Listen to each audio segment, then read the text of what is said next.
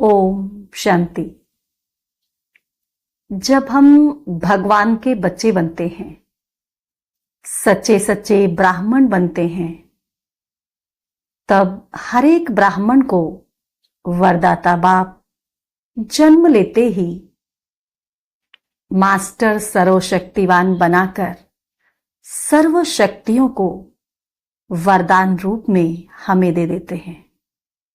बच्चा बनते ही सर्व शक्तियों के हमें मालिक बना देते हैं। शिव बाबा द्वारा हमें जो सर्व शक्तियां मिलती हैं, उन शक्तियों को हम जब जैसी परिस्थिति, जैसा समय, जिस रीति, जिस अनुसार कार्य में लगाना चाहें, उन शक्तियों को कार्य में लगा सकते हैं और वो शक्तियां उसी रूप से सदा हमारी सहयोगी बनती हैं। अभी अभी शीतला के रूप में, अभी अभी शक्ति के रूप में। हमें सिर्फ इन्हें कार्य में लगाना आना चाहिए। ये सभी शक्तियां जो बाबा हमें देते हैं, ये हम सभी ब्राह्मण आत्माओं की सेवाधारी हैं। जिस शक्ति को हम जब ऑर्डर करेंगे तो वो शक्ति हाजिर हो जाएगी। लेकिन सेवाधारियों से सेवा लेने वाले भी कैसे होने चाहिए? वो भी तो चतुर सुजान होने चाहिए ना। जो जन्मते ही बाबा ने मास्टर सर्वशक्तिवान का वरदान हमें दिया है, जब हम उस वरदान स्वरूप बनकर रहेंगे, सीट पर सेट रहेंगे, तो ये शक्तियां सदा ही सेवा के लिए हमारे सामने हाजिर होंगी और हमारे हुक्म का इंतजार करेंगे। इन अष्ट शक्तियों के बारे में हम विस्तार से जानेंगे। आज हम बात करेंगे सहन शक्ति की। सहन शक्ति को हम ऐसा सोच लेते हैं कि सहन करना तो कमजोरी है। अगर सहन करना कमजोरी होता तो क्या हम इसको सहन शक्ति कहते? नाम क्या है? सहन शक्ति। इसका अर्थ क्या है कि सहन करना क्या है? सहन करना एक शक्ति का काम है। सहन कौन कर सकता है? जो शक्तिशाली, वही सहन कर सकता है। कोई कमजोर आत्मा, निर्बल आत्मा सहन नहीं कर सकती। सहन वही आत्मा कर सकती है जिस आत्मा के अंदर बल होगा, जो आत्मा पावरफुल होगी। कितनी भी बड़ी पहाड़ जैसी भी समस्या आ जाए, कोई तूफान आ जाए, विघ्न आ जाए, लेकिन बड़ी बात को भी, पहाड़ जैसी बात को भी छोटा बना देना और खेल की तरह उसको पार कर लेना, यह है सहन शक्ति। जब हम किसी भी बात के विस्तार में नहीं जाते, छोटी बातों को बड़ा नहीं बनाते, हर बात को नथिंग न्यू कहकर बिंदी लगाकर आगे बढ़ते हैं, जब हम ज्ञान और योग के आधार से किसी भी समस्या को, किसी भी विघ्न को सार में ले आते हैं, किसी भी बात में निराश नहीं होते, दिल शिकस्त नहीं होते, सदा ही मौज से मुस्कुराते रहते हैं और इन समस्याओं को, सभी समस्याओं को पार कर लेते हैं, किसी भी तरह की कोई समस्या हो, तब हम कहेंगे सहनशीलता का, सहन शक्ति का गुण। जब हमें सहन करना आता है ना, तब हम किसी भी बात को लेकर घबराते नहीं हैं। जब हम किसी भी बात को जबरदस्ती सहन करते हैं, माना सहन करने की हमारे अंदर पावर नहीं है, लेकिन हमें करना पड़ रहा है, तो क्या होगा? या तो हम रोएंगे या तो हमें क्रोध आएगा, क्योंकि सहन तो हो नहीं रहा है, सहन करना आता नहीं। क्यों नहीं आता? क्योंकि आत्मा के पास बल नहीं। तो इसका मतलब मैं आत्मा कमजोर हूं, तो या तो मुझे रोना आएगा या तो मुझे क्रोध आएगा। तो उसी रीति मैं सामने वाले को जवाब भी दूंगी। लेकिन अगर मैं भरपूर हूं ज्ञान और योग के आधार से, सर्व शक्तियों से भरपूर हूं, ज्ञान योग भरपूर है मुझ में, तो भरपूर होने के कारण हम उछलेंगे नहीं।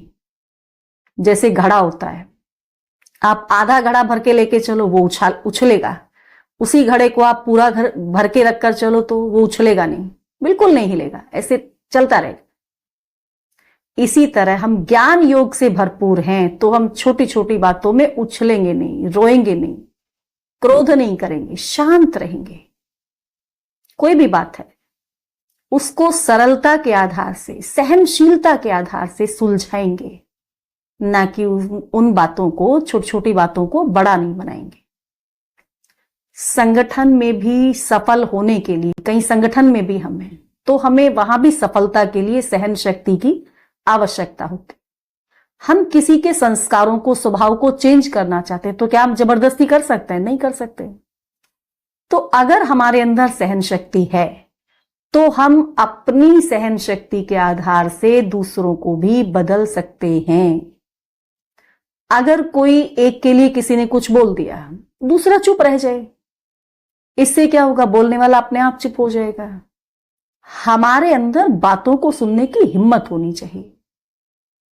किसी ने 2-4 बार बात बोली, हम सुनते रहे, धीरज से सुने, शांत होकर सुने, 1-2 बारी में मूंझ ना जाए, दिल शिकस्त ना हो जाए। बस हिम्मत की बात है, सब सहज हो जाता है। हिम्मत सब आसान कर देती है।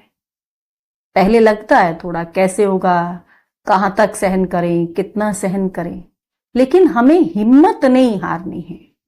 हिम्मत नहीं हारेंगे तो हो जाएगा। कहां तक होगा ये नहीं सोचना है, अपने संकल्पों में हमें दृढ़ता लानी है। कभी भी किसी भी बात को हम भविष्य पर छोड़ते हैं ना तो हमारा वर्तमान कमजोर हो जाता है, प्रेजेंट कमजोर होता है। ऐसा नहीं हम सहन करना सीख लेंगे, कर लेंगे सहन, अभी उम्र ही क्या है, कितने सारे इस तरह के संकल्प ले आते हैं, लेकिन नहीं, हमें अभी करना है और हम कर सकते हैं। हम सेवा के लिए कहीं निकलते हैं तो उसका भी आधार क्या है? सहन शक्ति। जितना सहन शक्ति हमारे अंदर होगी उतनी हमें सेवा में सफलता मिलेगी। वैसे भी बाबा कहता है ना, फाइनल पेपर जब विनाश का होगा तो उसमें भी हमें क्या चाहिए होगी? सहन शक्ति। इसीलिए अपनी सहन शक्ति को हमें बढ़ाना है। और सहन शक्ति को बढ़ाने की आसान विधि क्या है? हम बाबा के स्नेही बने, परिवार के स्नेही बने। क्योंकि जितना जिसके प्रति स्नेह होगा, उस स्नेह में सहन करने की शक्ति हमारे पास अपने आप ही आ जाती है। जैसे माँ होती है ना, बच्चे से उसका स्नेह होता है तो बच्चे के लिए कितना कुछ सहन करने को तैयार रहती है। उसे स्नेह करने के कारण अपने तन का, किसी परिस्थिति का कोई फिक्र नहीं करती। अगर हमारा स्नेह कम है तो हमारी सहन शक्ति भी कम होगी। हम कौन हैं? हम पुरुषार्थी हैं। हमारे पुरुषार्थी जीवन में समस्याएं, परिस्थितियां ड्रामानुसार आएंगी ही। जन्म लेते ही आगे बढ़ने का लक्ष्य रखना, माना परीक्षाओं का, समस्याओं का आवाहन करना। जब तक परीक्षा नहीं आएगी आगे कैसे बढ़ेंगे? परीक्षा आना ही तो आगे बढ़ने की निशानी है। पेपर देंगे, पास होंगे तभी तो अगले क्लास में जाएंगे। जब हम किसी भी सफर पर जाते हैं, हम कोई रास्ता तय कर रहे हैं और रास्ते में साइड सीन ना हो, ऐसा तो नहीं होगा, साइड सीन तो आएंगे ही। हम उन साइड सीन को देखकर रुक जाएं तो क्या अनुभव करेंगे कि अभी तो बहुत दूर मंजिल है। जो साइड सीन को पार करने के बजाय करेक्शन करने में बिजी हो जाते हैं, ऐसा क्यों, वैसा क्यों, ये बात क्यों हुई, वो बात क्यों हुई, ऐसे करने लगते हैं। तो करेक्शन करेंगे तो क्या होगा? बाबा की जो याद है ना, उसका कनेक्शन हमारा लूज हो जाएगा। तो मनोरंजन के बजाय मन कैसा हो जाएगा? फिर मूंझ जाएगा। फिर हम थके थके महसूस करेंगे, जैसे हम थक गए हैं। और थकावट जब हमें हो जाएगी तो थकावट के कारण जो आसान रास्ता, जो सहज रास्ता था, वो हमें कैसा अनुभव होगा? बहुत सहन करने वाला, बहुत मुश्किल रास्ता अनुभव होगा। लेकिन ये सहन करना क्या है? ये सहन करना हमें आगे बढ़ा रहा है। जो बच्चे बाबा से या बाबा के ज्ञान से या धारणाओं से असंतुष्ट रहते हैं, वो इस सहज मार्ग को, जो इतना आसान रास्ता है ये आगे बढ़ने का, उसको कैसा अनुभव करेंगे कि कितना सहन करना पड़ रहा है, कितना मुश्किल मार्ग है ये। वो सदा खुद से भी असंतुष्ट रहेंगे, अपने जो संबंध संपर्क वाले हैं उनसे भी असंतुष्ट रहेंगे, उनसे भी खुश नहीं होंगे, सदा अप्रसन्न रहते हैं, इसी वजह से कभी खुश नहीं होंगे। तो सहन शक्ति हर परिस्थिति में प्रसन्नता का अनुभव कराती है। जब कोई भी परिस्थिति आती है, समस्या आती है, वो क्या है? हमारा आगे बढ़ने का साधन है। जब हमें ये बात याद नहीं रहेगी कि परिस्थिति या समस्या क्यों आई, हमें आगे बढ़ाने के लिए आई, तो हम सुख के बजाय क्या अनुभव करेंगे? हमें तो कितना सहन करना पड़ रहा है, हम तो कितने दुखी हो रहे हैं। वास्तव में हमें किसी बात में सहन करना नहीं होता, हम अपनी कमजोरी के कारण ऐसा अनुभव करते हैं कि हमें सहन करना पड़ रहा है। क्योंकि जब आत्मा कमजोर होती है तब वो ऐसा अनुभव करती है। जैसे आग का गुण क्या है? जलाने का। लेकिन उसके गुण का हमें ज्ञान नहीं है तो हम उसका लाभ लेने के बजाय उससे अपना नुकसान कर लेंगे, हाथ जला लेंगे, उंगली जला लेंगे। तो सुख के बजाय क्या हुआ? हमें दुख मिला, सहन करना पड़ा। ऐसे ही समस्याएं या परिस्थितियां जब आती हैं तो उनके आने के कारण का हमें ज्ञान नहीं है। तो ज्ञान ना होने के कारण जो आगे बढ़ने का हम सुख ले सकते थे, वो सुख हम अनुभव नहीं कर पाते, और ही सुख के बजाय क्या अनुभव करते हैं? सहन करने का, दुखी होने का अनुभव करते हैं। तो इसीलिए ज्ञान और योग के बल से हमें अपनी सहन शक्ति को बढ़ाना है।